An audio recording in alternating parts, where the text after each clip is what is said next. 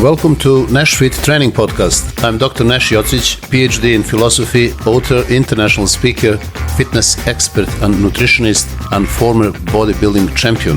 In this podcast, I will provide you with proven and effective strategies that will help you lose fat, build muscle, and completely change your body composition. The insights and advice I will share are grounded in scientific research and theoretical knowledge, but more importantly, they are drawn from my own experience as well as the experiences of my clients over the past 4 decades. So, let us dive into today's topic.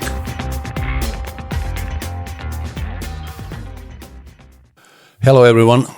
Today I would like to talk to you about everlasting question: what is the best diet for fat loss?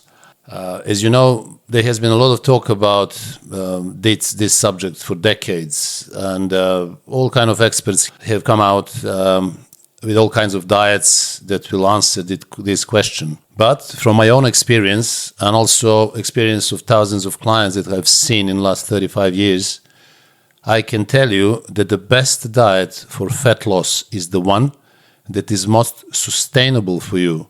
The one that allows you to eat enough food without feeling constantly hungry. So this is not a diet that will help you lose fat in 6 weeks, and then when you come back to your normal lifestyle, normal diet, you just put all your weight back. No, I'm talking about the diet that you can follow for months or for years, and the diet that will get you into the best shape that you want to be and make sure that you stay in that shape. That is very important. Now, would that diet be the same for everyone? Well, of course not. As we are all different, and as you will see from my explanation, we will require different diets in order to achieve wanted results. However, there are some key principles that I want to highlight today and help clarify the important factors that a sustainable diet should meet. If you have been following my YouTube channel, you will know that I've talked about low-carb diets extensively, including keto, paleo, and carnivore diet.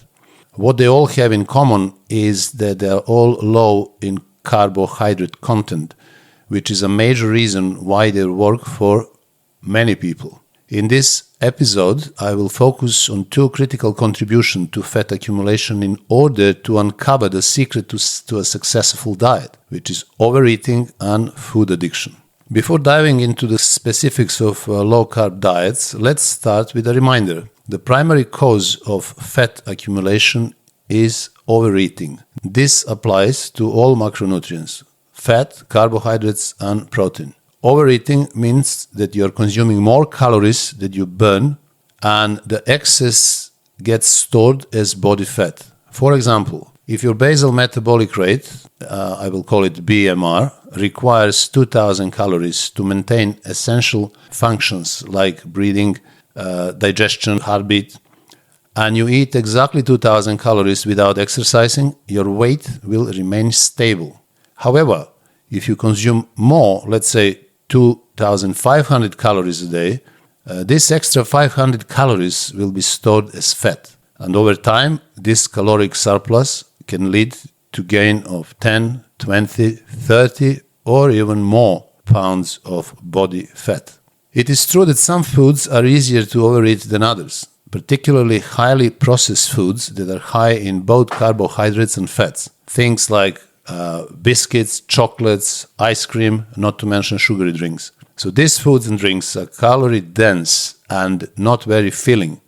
So it's easy to consume an extra 1,000, 2,000 or even more calories a day without realizing it. And remember, to gain 1 extra pound of body fat, you need to consume an excess of 3,500 calories. So it does not take long to accumulate body fat if you regularly overeat these types of foods.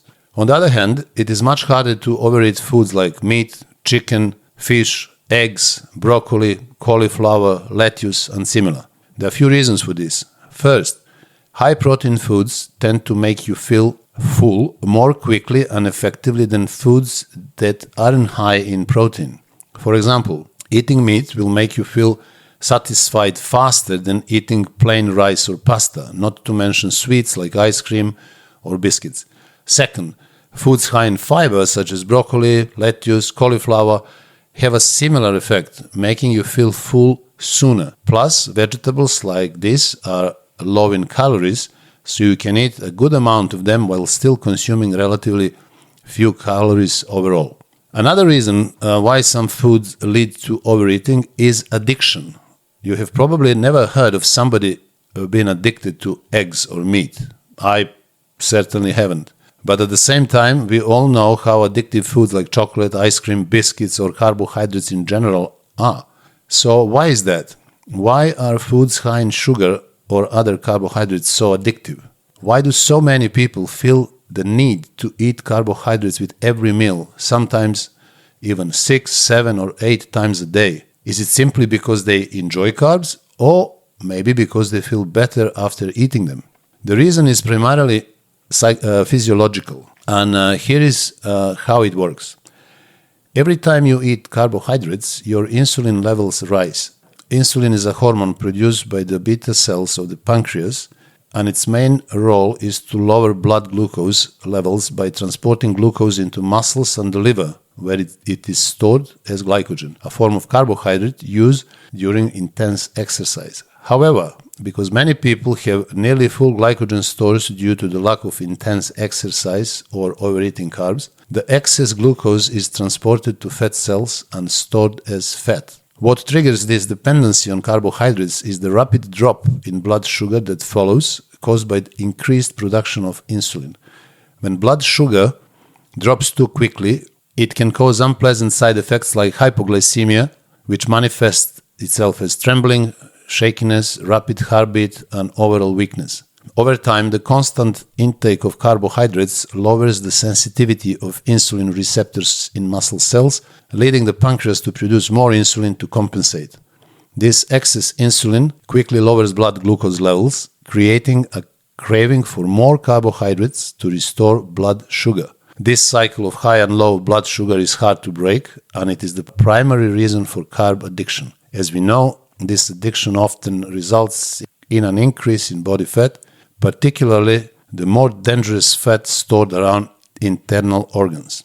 Just as all roads lead to Rome, the clear takeaway from the previous explanations is that a successful fat loss diet must be both sustainable and relatively low in carbohydrates. While it's true that some low-calorie diets can result in fat loss, the issue with these diets is that they are not sustainable. Many people who have lost fat on a very low-calorie diets quickly regain it once they return to so-called normal eating. These diets are not designed to last long-term. A sudden reduction in daily calorie intake shocks the body, and the body responds by trying to escape this state. First, it slows down metabolism, meaning fewer calories are burned during rest, which slows down fat burning. Since body fat serves vital functions such as insulation, temperature regulation, protection of organs, and hormone production, the body prioritizes preserving fat when faced with a caloric deficit. Instead, muscle tissue is lost. Losing muscle further reduces basal metabolic rate, which in turn slows fat loss even more. People on low-calorie diets often experience significant weight loss in the first few weeks, but that weight is not primarily from fat. The key to fat loss isn't in drastically cutting calories, but rather in adopting a diet that promotes consistent fat loss while being sustainable, preserving muscle tissue, and maintaining a healthy, efficient BMR.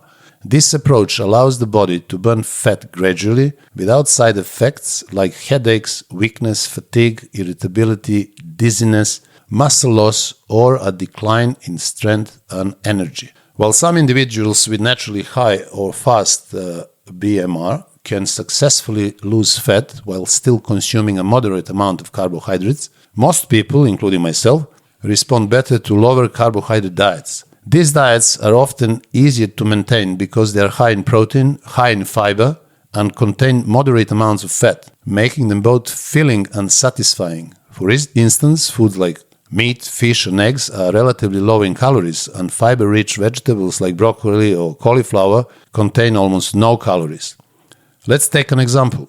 If somebody has a BMR of 2,000 calories, and we aim to reduce their intake by 500 calories per day to create 3,500 calorie deficit over a week, which is equivalent to losing 1 pound of body fat, their target caloric intake would be 1,500 calories. A diet for this person might include, for example, 600 grams of chicken breast, which contains just under 1,000 calories, along with 6 large eggs providing 420 calories. This totals around 1,420 calories. This combination delivers approximately 180 grams of protein and 20 grams of fat from the chicken, plus 36 grams of protein and 36 grams of fat from the eggs. Adding vegetables like broccoli, cauliflower, or lettuce would still keep the overall intake well under 2,000 calories. Alternatively, if you wanted to adjust this diet while keeping the same calorie count, you can reduce the protein by 60 grams and add 60 grams of carbohydrates, for example, from 300 grams of sweet potato. This would still provide a substantial amount of food, and possibly some people will find that this is even too much. This is just an example of a diet that can be easily followed for an extended period of time, because this diet will provide you with enough macronutrients and enough calories, enough fiber, bulk, and water, and for those reasons, this diet will be sustainable. Of course, you can experiment with different protein sources, but the idea is to demonstrate that a sustainable fat-burning diet can include plenty of highly nutritious foods. This type of diet is voluminous and satisfying while keeping the calorie count low enough to support fat loss. The most popular low-calorie, low-carb diets are Paleo, Keto, and Carnivore diets. Although Keto and Carnivore diets are nearly carb-free, the Paleo diets tends to be more acceptable for the majority of people because it offers a wider variety of foods and more options. The Keto diet primarily consists of protein and fat from sources like meat, eggs, butter, cream, and similar foods. While it may work well for some in the long run, many people find it less satisfying over time. The Carnivore diet is also heavy in protein and fat, but since meat is the main ingredient, the fat content is typically lower than in Keto diet. All types of meat are allowed, and some people also include eggs. However, like Keto, Carnivore is often unsustainable for most people, though some can stick to it for months. The Paleo diet is more flexible when it comes to food choices. It includes all types of meat, fish, eggs, vegetables, fruits, nuts, and seeds. While some avoid dairy on this diet, others do incorporate it. What is excluded are complex carbohydrates like cereals, rice, bread, pasta, and similar foods. So let us recap now. The best diet for fat loss, as explained, is the one that is most sustainable for you. Based on personal experience and that of my clients, low carbohydrate diets are most effective as long as you can comfortably maintain them for months or even years. It is worth noting that people involved in intense weight training may need to consume more carbohydrates to replenish glycogen stores. As a general rule, you should calculate your BMR.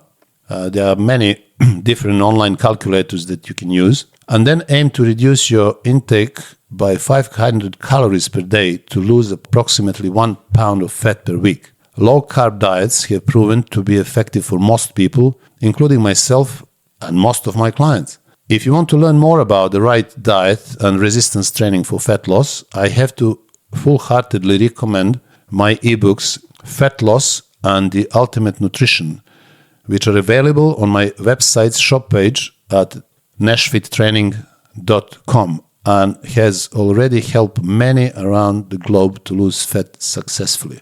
For those interested in learning more about fat loss, healthy eating, and resistance training, please visit my website, nashfittraining.com. And there I offer various services, including personalized nutrition programs, personalized training programs, online consultations, personal training and nutrition ebooks. Before we sign off, I would like to thank you for your support and thank you for tuning in. I hope you have enjoyed this new episode, and if you did, please leave us a review on Apple Podcasts and Spotify. Please share this episode with others who may be interested in this topic.